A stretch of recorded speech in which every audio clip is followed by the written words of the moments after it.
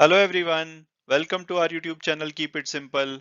आज के वीडियो में हम बात करेंगे क्रिप्टो करेंसी की कि अगर आप क्रिप्टो करेंसी में इन्वेस्ट करते हैं और वहां से अगर आपको कोई भी इनकम जनरेट हुई है तो क्या आप जानते हैं कि उसके ऊपर कितना टैक्स देना पड़ेगा। और आज के वीडियो में हम ये डिस्कस करेंगे कि क्या इनकम टैक्स डिपार्टमेंट ने इसके ऊपर कोई भी गाइडेंस इशू की है, और अगर नहीं तो इसके ऊपर कितना टैक्स लग सकता है। और आगे बढ़ने से पहले अगर आपने अभी तक चैनल को सब्सक्राइब नहीं किया है तो प्लीज सब्सक्राइब करके हमें मोटिवेट कीजिए। तो सबसे पहले अगर हम आज की डिस्कशन का ग्राउंड वर्क प्रिपेयर करें, तो जैसा कि आप जानते हैं क्रिप्टो करेंसीज बहुत ज्यादा नई तो नहीं है। जैसे कि बिटकॉइन बहुत सालों से अवेलेबल है, लगभग 10 साल से। लेकिन फिर भी अगर इनकी पॉपुलैरिटी की बात की जाए तो वो हाल फिलहाल में बहुत ज्यादा बढ़ी है, और स्पेसिफिकली भारत में इसकी इन्वेस्टिंग और ट्रेडिंग तो हाल फिलहाल में ही बढ़ी है। तो अब क्वेश्चन ये उठता है कि अगर आप क्रिप्टो करेंसी में ट्रांजैक्ट करते हैं और उससे कोई भी इनकम जनरेट करते हैं तो आपको उसके ऊपर टैक्स देना पड़ेगा। तो वो टैक्स क्या हो सकता है? क्या ये कैपिटल गेन होगा, जैसे कि इक्विटी कैपिटल, यानी कि जब शेयर्स में आप ट्रेड करते हैं तो उसके ऊपर लगता है, या ये एक बिजनेस इनकम होगी जैसे कि आप कोई बिजनेस से इनकम जनरेट करते हैं, या एक स्पेकुलेटिव इनकम होगी जैसे कि इंट्राडे ट्रेड में होता है, या इसको इंटरेस्ट इनकम जैसे बैंक पे कोई इंटरेस्ट इनकम होती है उसकी तरह कोई अदर इनकम माना जाएगा। इसके ऊपर क्या जीएसटी लगेगा?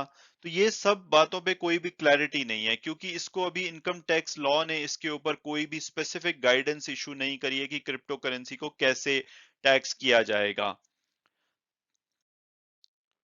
तो अब अगर हम बात करें कि भाई इसके ऊपर टैक्स कैसे लगाया जा सकता है, क्योंकि डेफिनेटली अगर आप इसके ऊपर इनकम जनरेट करेंगे और इसकी पॉपुलैरिटी इतनी है कि लगभग 10 करोड़ लोग आज की डेट में इसका अकाउंट खोल के बैठे हैं, तो इसके ऊपर टैक्स तो डेफिनेटली गवर्नमेंट लेगी। तो वो क्या हो सकता है, किस टाइप का टैक्स लगाया जा सकता है? तो एक्सपर्ट्स मानते हैं कि मोस्ट प्रोबेबली इसके ऊपर कैपिटल गेन लगाया जाएगा, क्योंकि क्रिप्टो करेंसी को मोस्ट प्रोबेबली कैपिटल असेट्स की तरह ट्रीट किया जाएगा। और अगर ऐसा होता है तो इसमें शॉर्ट टर्म कैपिटल गेन भी लग सकता है और लॉन्ग टर्म कैपिटल गेन भी। शॉर्ट टर्म कैपिटल गेन अगर आप नॉर्मली कैपिटल एसेट्स के केस में अगर आप उसको 3 साल से कम रखते हैं तो उसको शॉर्ट टर्म कैपिटल गेन लगता है। हालांकि वो शेयर के केस में स्पेसिफिकली इनकम टैक्स डिपार्टमेंट ने मेंशन किया है कि होल्डिंग पीरियड को 1 ईयर माना जाता है, यानी कि एक एक साल से अगर आप कम होल्ड करेंगे तो शॉर्ट टर्म माना जाएगा और उससे ज्यादा होल्ड करेंगे तो लॉन्ग टर्म। तो अगर ऐसा होता है तो आपको शॉर्ट टर्म में जैसे शेयर के केस में 15% टैक्स लगता है तो वो भी लग सकता है। और हो सकता है कि शॉर्ट टर्म के केस में आपको अपनी इनकम स्लैब के हिसाब से टैक्स देना पड़े, कि अगर आप 10% ब्रैकेट में आते हैं तो 10% और 30% ब्रैकेट में आते हैं तो 30%। और अगर आप इसको लंबे टाइम के लिए होल्ड करते हैं जैसे कि 36 महीने, या गवर्नमेंट स्पेसिफिकली बोलती है कि भाई 12 महीने के बाद हम इसको लॉन्ग टर्म मानेंगे, तो आपको 20% के आसपास टैक्स देना पड़ सकता है। उसमें आपको इंडेक्सेशन बेनिफिट यानी कि इन्फ्लेशन के बेनिफिट्स अवेलेबल होंगे। और शेयर के केस में वो 10% है, तो हो सकता है कि इसमें भी आपको कुछ इसमें टैक्स को कम रखा जाए। तो इसके सबसे ज्यादा चांसेस हैं कि इसके ऊपर आपको कैपिटल गेन ही पे करना पड़ेगा। और अगर गवर्नमेंट इसमें स्पेसिफाई नहीं करती स्पेसिफिकली तो इसमें 3 साल तक अगर आप इसको होल्ड करते हैं तो आपको लॉन्ग टर्म कैपिटल गेन लगेगा, otherwise short term capital gain. लेकिन मुझे लगता है कि मोस्ट प्रोबेबली इसमें भी शेयर्स की तरह शायद 12 महीने का ही पीरियड दिया जाए शॉर्ट टर्म और लॉन्ग टर्म की डेफिनेशन के लिए। और अगर इसको कैपिटल असेट एक बार के लिए मान लिया जाता है तो जो कैपिटल गेन और लॉस के जो भी रूल्स होते हैं वो सभी इस पे अप्लाई होंगे, जैसे कि इंडेक्सेशन इसके ऊपर परमिट होगा। इसके अलावा आप इसको कोई भी अगर आपको दूसरे असेट्स में जैसे कि इक्विटी में या रियल एस्टेट में अगर कोई भी लॉस हुआ है तो आप इसके गेन से उसको सेट ऑफ कर पाएंगे। तो ये देखना होगा कि क्या इसको कैपिटल असेट माना जाता है या नहीं। और दूसरी ऑप्शन ये है कि हो सकता है कि इसको बिजनेस इनकम माना जाए और आपको जो भी आपकी स्लैब रेट है उसके हिसाब से इस पे टैक्स लगे।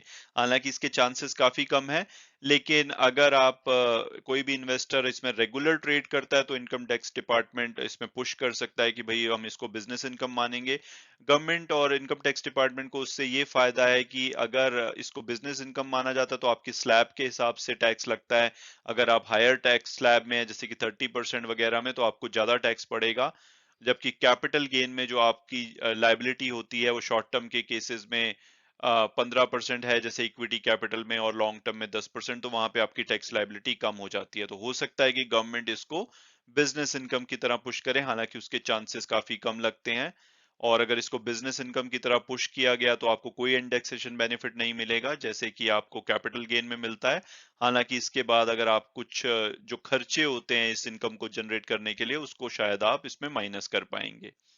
और हो सकता है कि इसको स्पेकुलेटिव इनकम भी माना जाए। स्पेकुलेटिव इनकम वो होती है जब आप कोई भी चीज बेचते या खरीदते हैं, चाहे वो कमोडिटी हो या शेयर्स हो, लेकिन उसकी जो सेटलमेंट होती है वो एक्चुअल डिलीवरी के रूप में नहीं होती, जैसे कि इंट्राडे ट्रेडिंग, जहां पे आप शेयर्स खरीदते बेचते हैं, सेम डे में ही उनको सेटल कर देते हैं, तो उसमें आपकी फिजिकल एक्चुअल डिलीवरी नहीं होती है।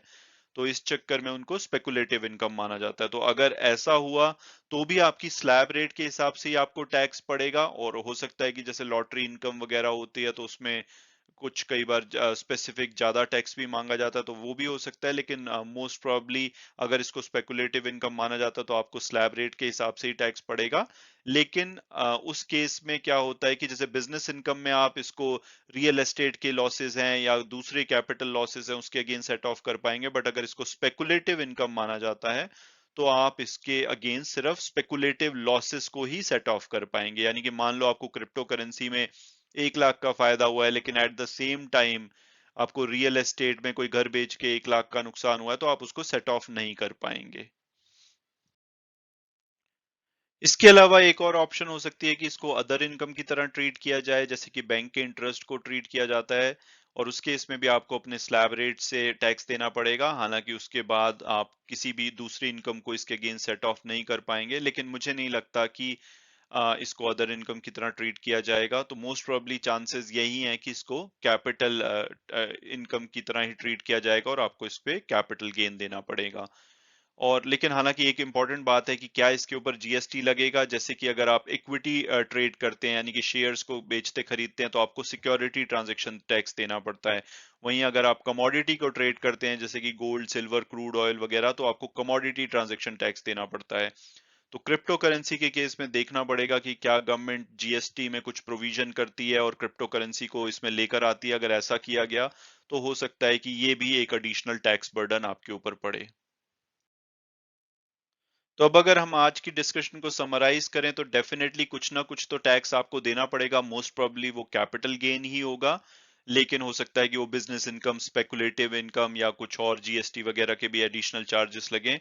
तो नट शेल में अगर आप इसमें इन्वेस्ट करते हैं और इनकम जनरेट कर रहे हैं तो आप टैक्स के लिए भी कुछ प्रोविजन बना के चलिए, क्योंकि हो सकता है कि आपको ये सरप्राइजिंगली एकदम से ही ये खर्चा आ जाए और आपको टैक्स पे करना पड़ जाए।